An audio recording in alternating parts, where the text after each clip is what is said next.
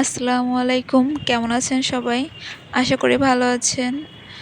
আজকে ছাদ বাগানে আসলাম, অনেক দিনই ছাদ বাগানে আসা হয় না। এরকম চিন্তা করলাম একটু আসি, আপনাদেরকে ভিডিও দেই। হয়ে গেছে গাছ মাশাআল্লাহ। কাঁচা জালের যে দাম ভালো হয়েছে, এই যে সব কটা কাঁচা জাল হয়েছে মাশাআল্লাহ। মাশাআল্লাহ, না একটা ছেঁড়ার মতো কাঁচামরিচ গাছে হয়নি তো। অনেক ফুল ধরছে। এদিকে কয়দিন আগে একটা পানি কচু গাছ লাগিয়েছিলাম, গাছটা আবার লতিও হয়েছে 2টা 3টা। মাথার পাশে দিলে মজা হবে। মাশাআল্লাহ, কোথায় কোথায় গেছে কচুর লতি দেখিও না। এই কচুতে গাছের কচুটাকে হাত চড়কায় দেখি ওই দেখো, ওয়াও সেই সুন্দর হয়েছে, তাই না? ও এইটা একটু ছোট, এটা একটু বড় হোক, তাই না? একটা গাছে আর কত, একটা গাছে। এটাই আমাদের করলা। দেখি করলা হয়েছে কিনা।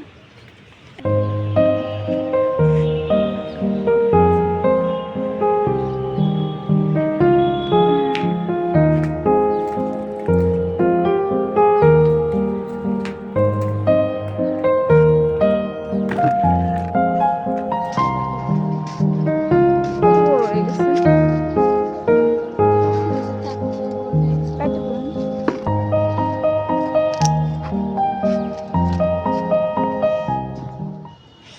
মাশাআল্লাহ, আমাদের বেদানা গাছে অনেক বেদানা ধরছে, বাট ভালো জাতের হয় নাই। এটা মিষ্টি, কিন্তু বেদানার বীজগুলো অনেক শক্ত। কত ভেন্ডি হয়েছে দেখেন, একদিন না তুললেই কত বড় বড় ভেন্ডি হয়ে যায়।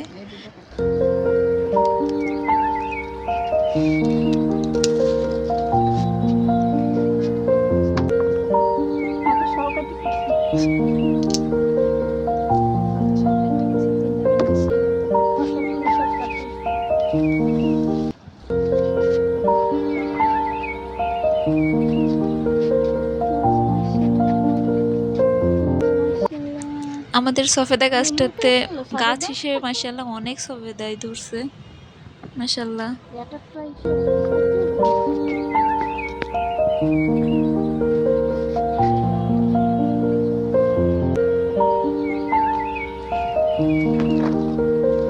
অনেক সফেদা।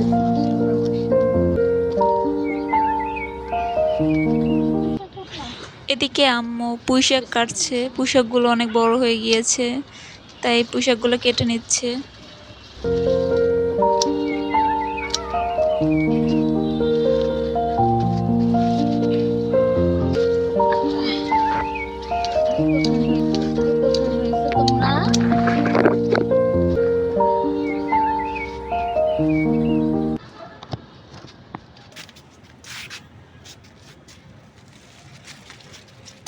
এইগুলা অনেক মজা লাগে রান্না করলে।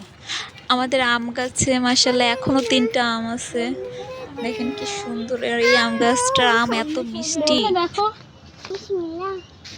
ওই পিঁপড়াতে বড় পিঁপড়া কিছু হবে না। না না পিঁপড়া আমার কাছে নড়ছে। ওইটা না, এই যে দেখো, এটা না, না ওটা ছোট ছোট। চলো,